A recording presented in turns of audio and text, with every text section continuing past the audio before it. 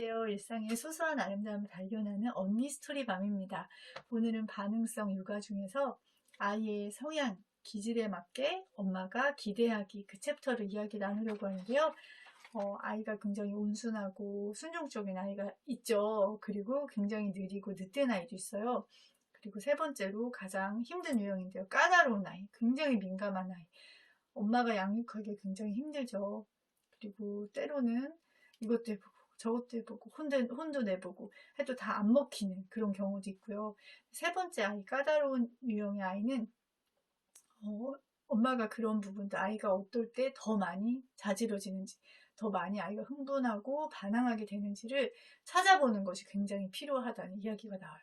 그리고 아이가 어떤, 예를 들면 너무 시끄러운 상황 힘들어한다든지, 아니면 엄마가 안 돼! 라고 했을 때 아이가 자지러진다든지, 아이가 굉장히 불편을 느끼고 힘들어하고 그 상황에 스트레스를 받거나 민감하게 아이에게 느껴지는 그런 상황을 파악해서 그 상황을 맞닥뜨리지 않게 최대한 배려하는 것도 필요하다는 이 얘기가 나와요.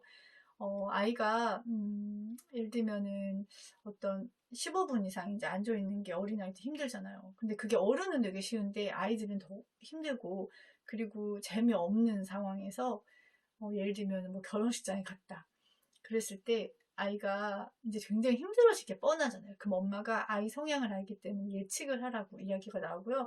그래서 아이가 좋아하는 그런 뭐 장난감 같은 걸 가져간다든지, 아이가 좀 놀 수 있게, 좀 통제할 수 있게, 스스로를 좀 조절할 수 있게 도와주는 것들을 준비하라고 이야기가 나오고요. 그리고 거기서 어떤 상황인지, 또 그 상황에서 이제 많은 사람들이 있을 것이고 우리가 음식도 먹을 거야. 그리고 너가 너무 힘들면은 엄마한테 슬쩍 와서 얘기해주면 엄마가 잠깐 너 데리고 잠깐 나가서 한 바퀴 돌고서 다시 들어오자. 그렇게 이제 아이하고 약속을 한다든지, 엄마가 그 상황에서 너가 뭐 뛰어다니고 이랬을 때 좀 이렇게 음식도 엎어질 수도 있고, 그리고 그 공간에서 이렇게 뛰어다니고 이런 것들이 적절하진 않아.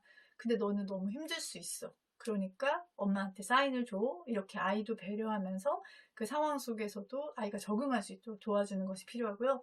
그리고 아이가 정말 이렇게 돌아다니는 걸 굉장히 좋아하는 아이라면 아이를 배려해서 좀 문 쪽으로 이제 자리를 잡는 거죠. 그리고 먹고, 그 대신에 아이에게도 그래도 10분이라도 앉아서 먹고, 그리고 나서 약속된 그때 잠깐 이렇게 나갔다가 다시 들어와서 또 뭐 10분 정도 앉아 있는다든지, 이런 식으로 조금 엄마가 지혜롭게 하는 것들이 필요하다고 이야기가 나고요. 그리고 예술을 시작하는 것이 굉장히 중요하다고. 예를 들면 뭐 백화점에 갔는데 아이가 갑자기 아이스크림이 먹고 싶다고 하는 거예요. 어린아이 그럴 수 있잖아요. 근데 그럴 때는 보통 엄마들이 안 돼, 여기서 무슨 아이스크림이야 하고 이제 아이가 아이한테 나무랄 수도 있는데, 그런 것보다 일단 아이는 아이스크림 먹고 싶을 수 있으니까 너 아이스크림 먹고 싶구나. 그래, 너 너무 덥고 시원한 거 먹고 싶지? 그러면서 근데 어떡하지? 우리 여기 백화점이 이미 들어왔고 2층에는 아이스크림이 안 보이는 것 같은데 한번 찾아봐. 이렇게 이제 말을 하면 아이가 이렇게 두리번거리잖아요. 진짜 없네, 나 먹고 싶은데, 뭐 아이가 이랬을 때는 그럼 엄마랑 요거 사기로 했으니까 요거 빨리 둘러보고 나서 1층에 아이스크림이 있을 것 같아. 그때 가서 아이스크림 먹는 거 어때? 라고 말을 하는 거예요. 무조건 아이한테 뭐 지금 뭐 무슨 아이스크림을 먹으려고 해? 막 이렇게 하는 것보다는 조금 이걸 하고 나서 그리고 나서 좀 기다렸다가 아이스크림 먹자, 이렇게 이야기를 하는 거죠. 그리고 처음에 무조건 안 되라고 하면 아이가 거부를 하잖아요. 그러니까 아이가 먹고 싶은 그 마음은 인정을 해주는 거예요.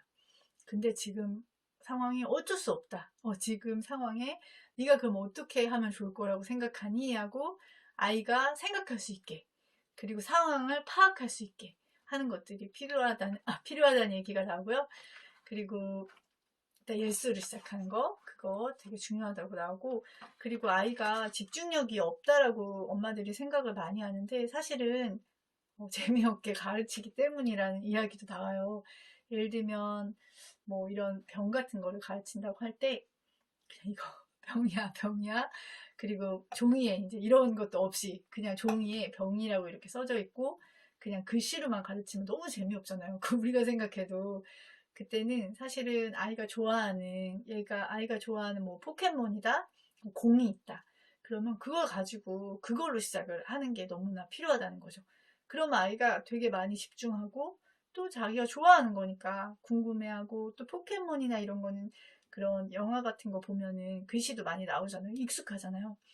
그리고 그 이야기도 막 만들어내면서, 그리고 공을 가르칠 때 공 놀이를 아이랑 하면서 가르치고, 뭐 붙이는 놀이도 할 수 있고, 그리고 모자 같은 경우는 직접 아이랑 색종이로 이렇게 만들어 보면서 그 위에다 모자라고 한번 써보고.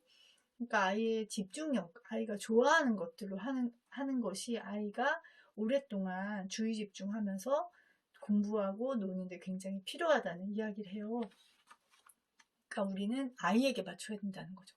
그리고 아이에게 맞출 때 더 효과적일 뿐만 아니라 또 아이 또한 엄마의 말을 더 잘 들어준다는 거예요. 그리고 아이에게 요구하거나 이런 거 할 때 1분에 한 8개, 9개 이상 아이가 하기가 어렵대요. 평균적으로. 그렇기 때문에 우리가 그 1분이라는 시간 동안 사실 2, 30개를 아이한테 요구할 수도 있어요. 계속 부르고 계속 뭐 해라 그러고 이거 뭐냐고 물어보고, 그런 것들이 한번 녹음을 해보면 생각보다 굉장히 아이한테 많은 것도 요구하고 있고, 아이는 평균적으로 8개 이상 엄마의 말을 다 듣기는 불가능하다는 그런 이야기가 나와요. 그래서 어떻게 보면 우리가 너무 많은 요구를 하기 때문에 아이가 말을 안 듣는 걸 수도 있다는 거죠. 우리가 아이가 적절하게 반응할 수 있는 것 그 이상을 아이에게 요구하고 있지는 않은지, 그런 것들에 대해서 이야기가 나와요. 다음에는 또 다른 이야기로 찾아뵙겠습니다. 언니 스토리맘이었습니다.